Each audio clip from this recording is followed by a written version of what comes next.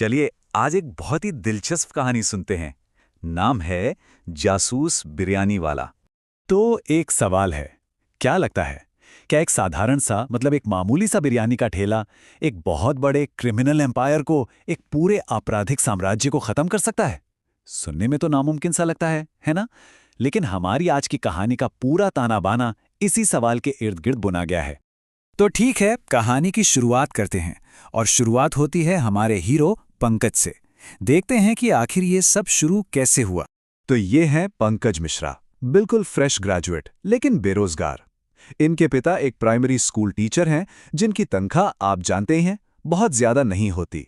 घर का गुजारा मुश्किल से होता था। तो जाहिर है परिवार के पास पंकज की आगे की पढ़ाई के लिए पैसे नहीं थे, पर पंकज ने हिम्मत नहीं हारी। वो ना छिप छिप कर सिविल सर्विस एग्जाम की तैयारी कर रहा था। बीच में उसे एक होटल में असिस्टेंट शेफ की नौकरी मिली भी, पर देखिए किस्मत, वो होटल ही बंद हो गया। अब यहां से कहानी एक अलग ही ट्रैक पकड़ लेती है।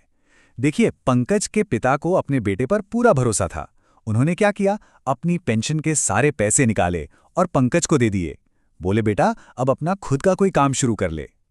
तो पंकज ने भी पटेल बाजार में, जो कि होटलों का गढ़ माना जाता था, अपना एक छोटा सा बिरयानी का ठेला लगा लिया। और मेन्यू, अरे वाह, चिकन, मटन, अंडा, मछली, एक से बढ़कर एक जायकेदार बिरयानी।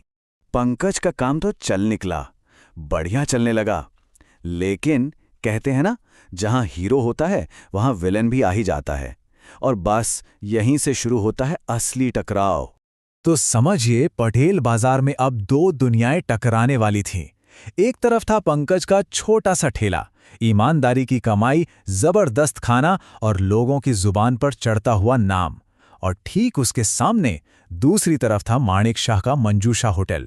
ऊपर से होटल, अंदर से सारे काले धंधों का अड्डा। और जाहिर सी बात है, पंकज की बढ़ती शोहरत इस माणिक शाह की आंखों में बुरी तरह चुभ रही थी।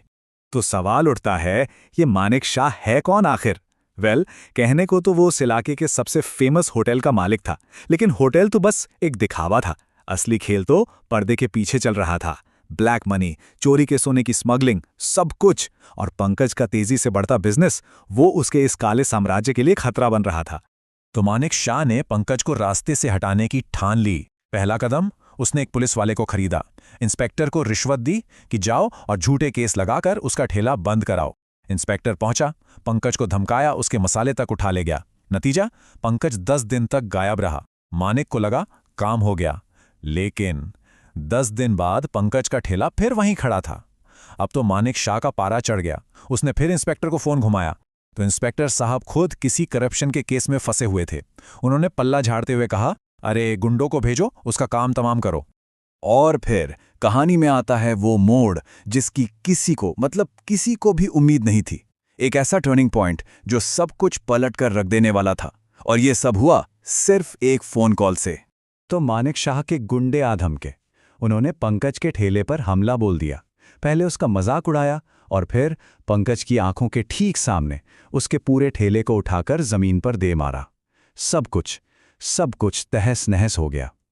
गुंडे ठेले के टुकड़े टुकड़े कर रहे थे और पंकज, वो बस कुछ दूर खड़ा बड़े ही शांत भाव से ये सब देख रहा था।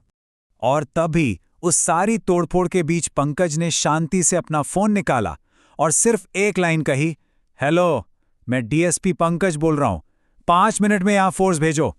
बस एक फोन कॉल, और उसके बाद जो हुआ, उसने उन गुंडों के तो होश ही उड़ा दिए। इंसाफ ने ऐसी रफ्तार पकड़ी थी जिसकी उन्होंने कल्पना भी नहीं की होगी। पलक झपकते ही एक पुलिस की जीप वहां आकर रुकी। जीप से एक एएसपी मतलब असिस्टेंट सुपरिंटेंडेंट ऑफ पुलिस उतरे और उन्होंने सीधा पंकज को सल्यूट किया।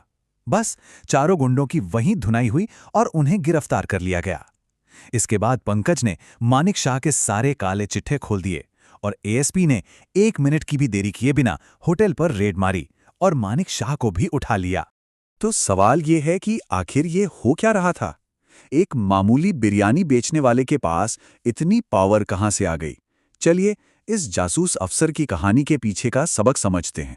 तो असली बात ये थी कि पंकज ने अभी अपनी पुलिस ट्रेनिंग खत्म की थी। जी हाँ, वो कोई आम बिरयानी वाला था ही नहीं, वो तो एक अंडरकवर डीएसपी था। डेप्यूटी सुपरिटेंडेंट ऑफ पुलिस, और ये पटेल बाजार वाला मामला उसका पहला सीक्रेट मिशन था। और इस तरह वो अपने माता पिता के दिए आशीर्वाद को सच कर रहा था। उन्होंने उसे यही सिखाया था कि अब समाज को बदलने की जिम्मेदारी तुम्हारे कंधों पर है, ईमानदार बनकर अच्छा नाम कमाना। तो इस पूरी कहानी से हमें क्या सीखने को मिलता है? देखिए, 3 बड़ी बातें हैं। पहली, कि जो जैसा दिखता है जरूरी नहीं वैसा ही हो। दूसरी बात, अगर अन्याय के खिलाफ डटकर खड़े रहे तो जीत पक्की है। और सबसे अहम बात, असली पावर करप्शन या गुंडागर्दी में नहीं, ईमानदारी में होती है।